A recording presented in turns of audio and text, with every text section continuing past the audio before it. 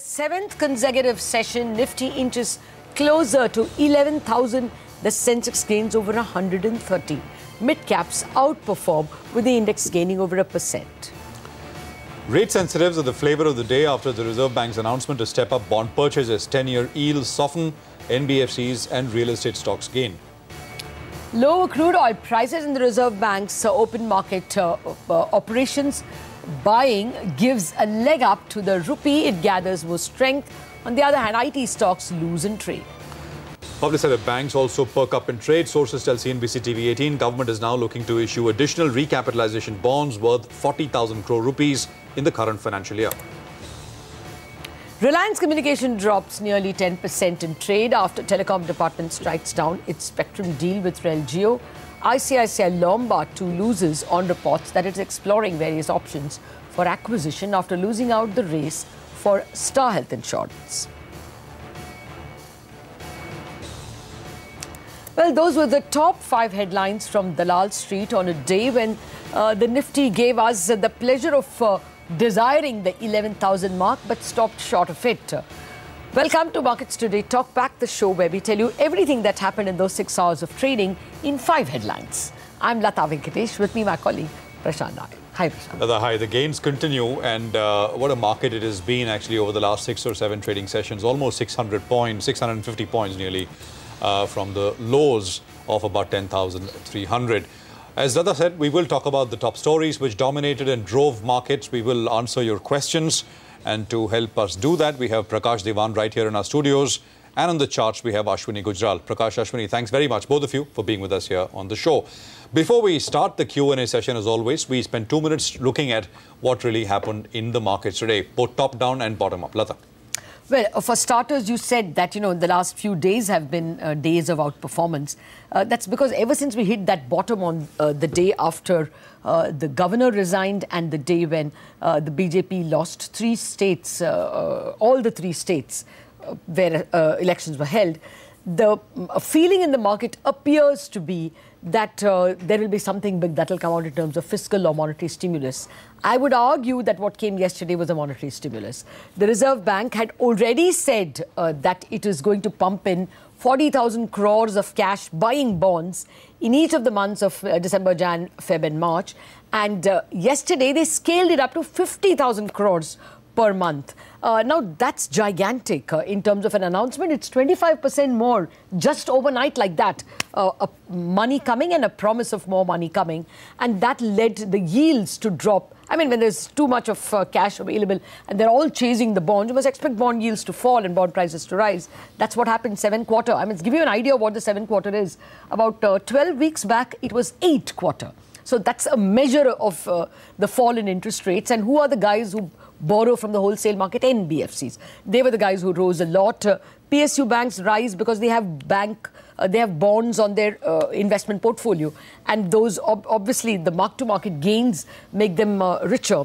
And all rate sensitives, real estate stocks, when interest rates fall, they're the ones who benefit. The other reason why bond yields fell and why the market partly continued and was continuing is Brent, of course, a low of 56.5 for a better part of the trading day, kept oil sensitives, energy sensitives, oil marketing companies, airline stocks, paint stocks, all of them hydrated. So, the fundamental point I want to make, Prashant, is that cost of capital is what has come down over the last 12 weeks when the 10-year bond yield falls from 8th quarter to 7th quarter. When cost of capital falls, mid-caps do well. And that's what you saw today. I mean, actually, I want to start with that point, Lata, that, the last many trading sessions, if you look at the mid-cap and small-cap action, it was a bit of a stop-start. And, it wasn't very clear whether the broader market is going to join the party. But now I think looking back, it looks like, well, it has.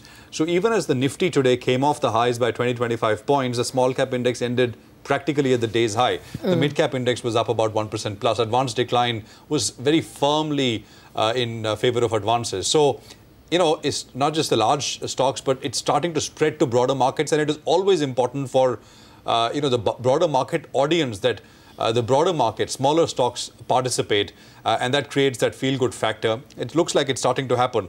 There were pockets of strength, real estate, rate-sensitive, PSU banks, infrastructure. You've already sort of outlined what tends to do well. So those are the sectors. As far as Nifty gainers are concerned, there was Indiabulls Housing, top of the list. Lots of financial names there. Bajaj Finance, Finance, Finserv and Finance. There was Axis Bank, which was one of the big gainers. Asian Paints, oil sensitives like BPCL also. I mean, just sticking to large caps for now, which did very well. Public sector banks and long list there.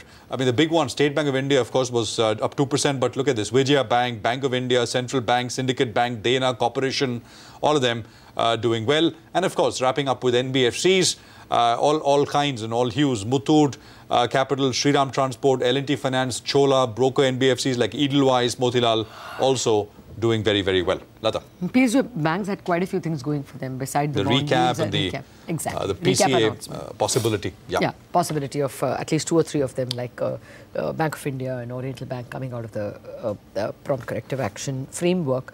All this was going for them, everything going for them. Actually, that's my first question to our guests. Let me welcome Prakash and Ashwini again. Ashwini, you know, Nifty almost touched 11,000. Now, what's the next trade? Does it conquer or is the rally tired? See, there's a difference this time in terms of, you know, the way markets have rallied. They've rallied to 11,200 thereabouts 3 times. Once it went up to 11,700 also. But none of the times the mid caps had done well.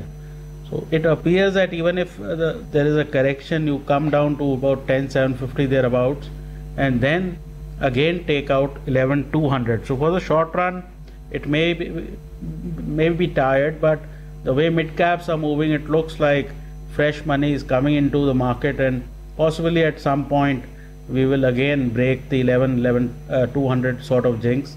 So people should continue to hold on to mid caps, and you know, large caps, they'll be churning up and down because you need a higher base to work with, because your current base is 10,300.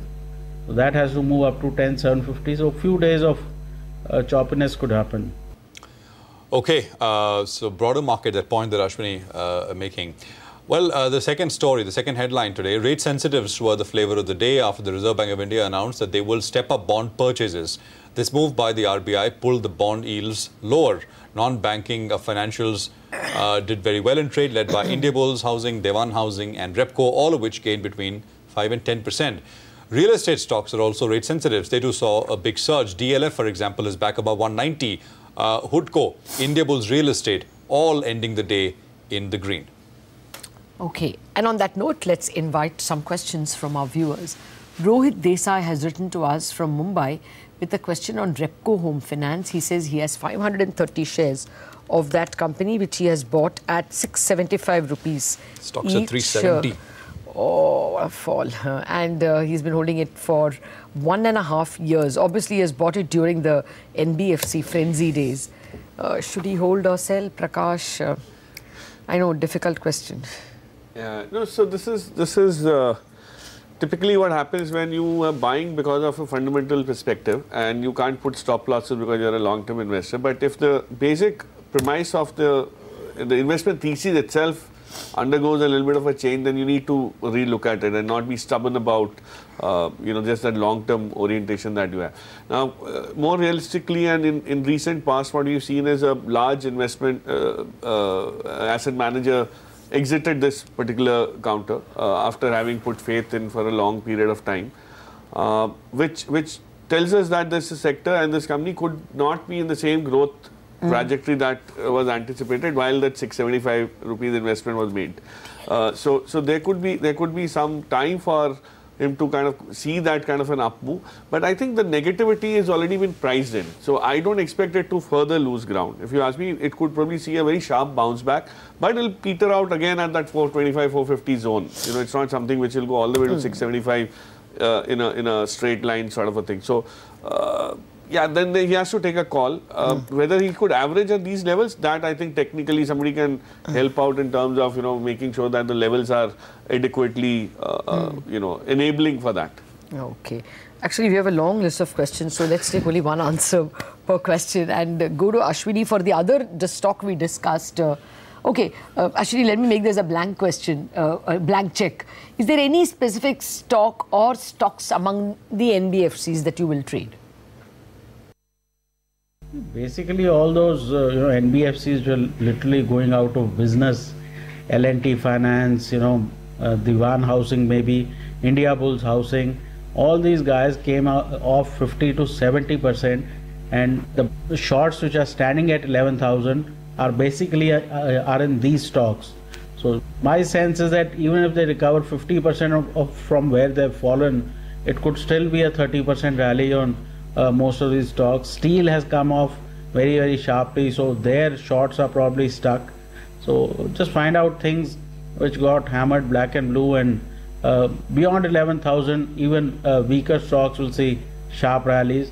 Things like infrastructure, Siemens, ABB, etc. Now, whether capex recovery happens or not, and does not, it's a laggard sector, and you could see at least a 15-20% move here. Oh, okay.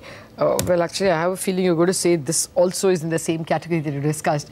DLF has done very well today. You think there's a trade here? See, again, similar theory. All these guys have a lot of short positions, and they tend to get cleaned up when the market has this sort of momentum. But there are better real estate stocks like Godrej Property or Soba, Kolte Patil. The non-NCR type stocks are probably a bit better. Okay, non-NCR types better. DLF though has moved up from about 150 to 190 pretty quickly. We move on to the third story today. The rupee continued to strengthen for the third straight session. This after oil prices slumped sharply, and the Reserve Bank of India announced its open market operations, where it's going to buy a lot more bonds than it said it would earlier. IT stocks lost in trade yet again. Nifty IT index lost almost 1%, led by HCL Tech, TCS and Infosys. We've got a question on Infosys, Lata. Yeah. Okay, well, I just wanted to clarify that the rupee has been strengthening because of crude.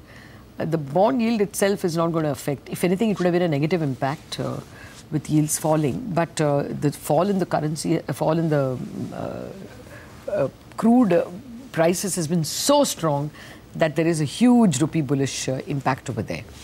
Okay, the question, the query is coming from S. Frangeline. He or she has shares of Infosys bought at 620 rupees. I think she wants to know if she should hold or sell. So that's 600 shares of Infosys purchased at 620 rupees, Prakash. I don't know the time frame, but it doesn't seem to be, if it's not too long back that this acquisition was made, I would recommend a hold. For the simple reason that come 2019 and some of these larger players who have seen a little bit of a restructuring internally would be much better placed to go to the market and get some new order wins. Infosys already done about 2 billion plus last quarter. And if come January things look up in terms of newer contracts on the digital side for them, which they have been building capabilities on, the stock definitely could very well get re-rated upwards. So a good level to book profits would be about 730, 750 according to me. So and that seems fairly attainable. Okay, okay. So stay put, Frangeline. That's the advice. All right. Okay, we'll take a break on that note. But as we do that, let's leave you with some market opinion we got from Saurabh Mukherjee of Marcellus Investment Managers. He's speaking about the macro situation. My reckoning is the combination of a benign macro, which I think we certainly have going at the moment, and a capex recovery on the other side of the election, suggests to me that FY20, there's a decent chance FY20 brings an all-time high. I'm not so sure FY19 will bring the all-time high. And if crude stays where it is, I think the macro will become incrementally more positive as we approach the elections. My reckoning is between September through to Jan, the RBI will pump in around $25–30 billion. That's almost 1% of GDP into the market. But also, we can see alongside that the money market isn't getting any easier. The 10-year, the spread of the NBFC paper against the corresponding duration government bond paper stays very tight, right? So 10-year bond yield is coming up, but the spreads for the NBFCs are staying tight. I think banks are looking like a nice, smart place to be. Banks will not only benefit from the mark-to-market on their government bond portfolios, but there does look like an incipient capex recovery underway in our country. The first early signs that with the capacity utilization rate in our country hitting 75–80%, corporates are thinking about capex. It will probably pick up pace on the other side of the elections. But I think banks are your best play at the moment on an incipient capex recovery. We're wrapping up the day's events for you, and it's been another positive day for the bulls. Well, we got through 3 of the top stories of the day. Here's the 4th one. PSU Bank saw some big rally in trade on the back of liquidity boost by the Reserve Bank of India. CNBC TV 18 learned that the government may issue additional recapitalization bonds worth 40,000 crore rupees to public sector banks in the current financial year. Sapna Das broke that story, and she's now joining in with those details. Sapna, this is, has to be a clear positive for some of these PSU banks. We are given to understand that the government in all probability is planning an additional recapitalization worth around 40,000 crores, that approximately in that range in terms of the public sector banks are concerned. And this money may come through the second supplementary, which is expected in the parliament this week. So either Thursday, either Friday, you may see that announcement coming through in terms of the allocation, the additional allocation of 40,000 odd crores for public sector banks in terms of capital infusion. Now, this money obviously will be used for regulatory as well as growth capital in the financial year FY19 itself. Now, we are very much aware about the fact that there is already an existing amount of around 42,000 crores, which has yet to be disbursed or which has yet to be infused into the PSBs. Now, that exercise most likely is expected to be completed by the 2018 end or probably by 2019. And in the meanwhile, you'll also have the Parliament note for this 40,000 crores of additional recap fund coming in. So all in all, the government will be looking at a big envelope of around 1 lakh crore plus worth of recap bonds for FY19 as far as the fund infusion for public sector banks is concerned. Okay, even without anyone prompting me, Sapna, I can tell you that Bank of India stands a very good chance because it has the least of the net NPAs. It's about, I think, about 7% or so. And it's been consistently increasing its provision coverage ratio as well as the net NPA itself. So that's the question that's come from one Mr. Umesh. He has Bank of India shares, 10,000 Bank of India shares purchased at 91 rupees. And he wants to know if he should hold or sell. Prakash, have you lately tracked Bank of India? Not really, not really. Okay. I know I've always clubbed it with some of the other promising mid-sized banks, which could be looked at if you were to go beyond the SBIs and BOBs of the world. But specifically because he's got a huge quantity, a lot would depend in terms of why he got into it with such a significant position. Is it for a much longer, much meatier kind of a return? If that's the case, then you would have to wait.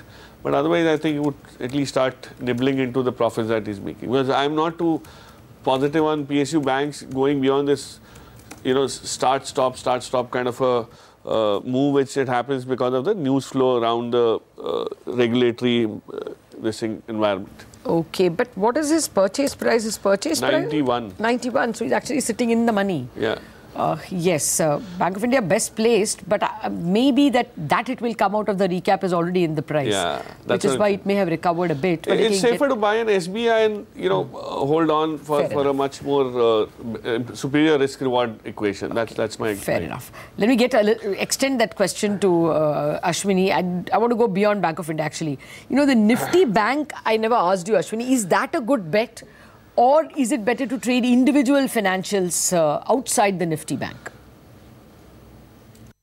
See, from what it looks like, rates and liquidity is getting better, so financials overall will do well.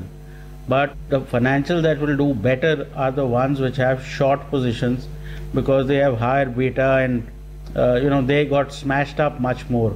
So housing finance and all kinds of NBFCs and PSU banks, etc., will do better. All of these other guys were doing well when the market wasn't doing well.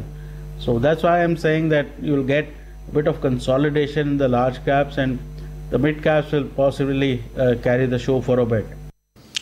But which specific PSU bank will you trade?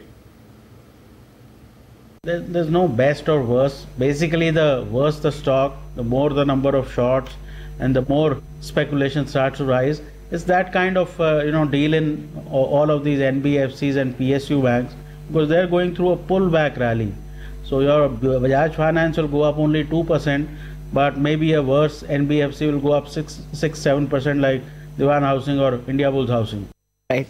Take your point, Ashwini. And with that, let's come to the last headline from Dalal Street today. Among stocks in news, Reliance Communication lost close to 10% in trade after the telecom department did not go ahead with the spectrum deal because of conditions put in by Reliance Jio, the buyer of that spectrum. Actually, let's get to Rima. She has all the details of that story. Yes, a big setback coming in for Reliance Communication because the Department of Telecommunication has rejected the RCom Reliance Jio spectrum deal, which was worth 18,000 crore rupees, which would have helped Reliance Communication bring down its debt from the current 46,000 crore rupees. Now, in order for this deal to go through, RCom had actually submitted a corporate guarantee of 1,400 crore rupees, which was for its past license dues, spectrum dues, etc. to the government. But this was a corporate guarantee.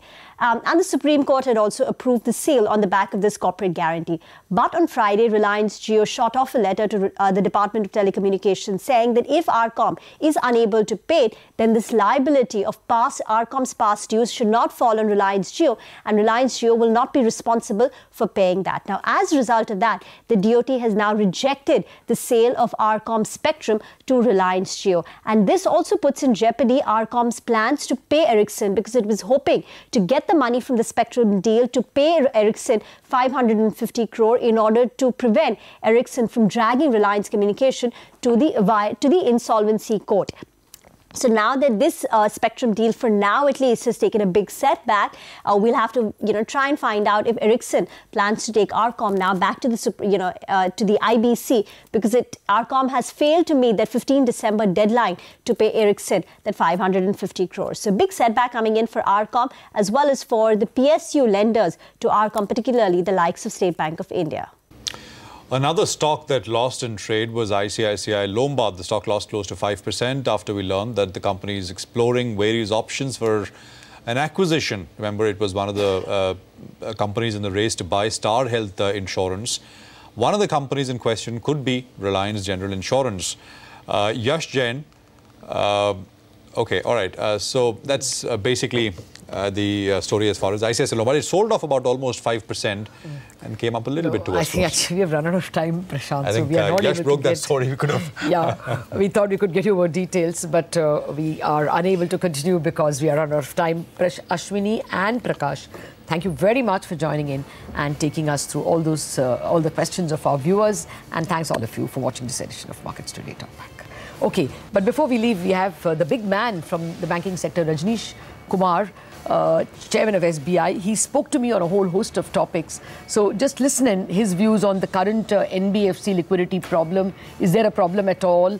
NPA problem, the growth outlook, some snatches of that conversation. The growth is coming more from the retail, which is steady for the last couple of years. And there is a demand, particularly from the government entities. Okay. We are seeing a huge demand from those entities. They are large ticket loans. And SBI, so PSU entities, all AAAs or highly rated PSUs. So it means that the government investment has picked up a lot as far as the infrastructure. So CapEx has started. CapEx driven by the government, and this is normally what happens. That first the CapEx cycle has to start with the government spending, and then later on the is this private roads sector and infrastructure types, or yes, is it yes. All. say oil, everything. ONGC? Everything. Most of the loans NBFCs have been able to roll over. Even today there is a news item that now they have started again lending, getting back. So that way, like the situation which was prevailing about say 3 or 2 months back. So now the situation has improved considerably, and it all depends upon that any HFC or the NBFC, what is the quality of their portfolio with the builder. Okay. But we have to also keep in mind this fact that in the last 3 years, the offtake of the inventory as far as real estate is concerned was slow. So builders were holding on. Yes. So now they may have to allow the prices to fall. To some adjustment in the price and sell off quickly and then pay off their loans. Okay. Do you think that the need for a special dispensation to NBFC is not there, considering the Reserve Bank has boosted OMOs considerably. Right. Now they're going to give like 2 lakh crore from December to March. Right. So you think? So I think overall liquidity in the system will be all right, and then it is all about the credit quality of the NBFC themselves. Where the lenders it's not a liquidity issue. It's a credit issue in any case. Like nobody can do anything about it. No matter how much money you throw at it. If it is a bad credit, it is a bad credit.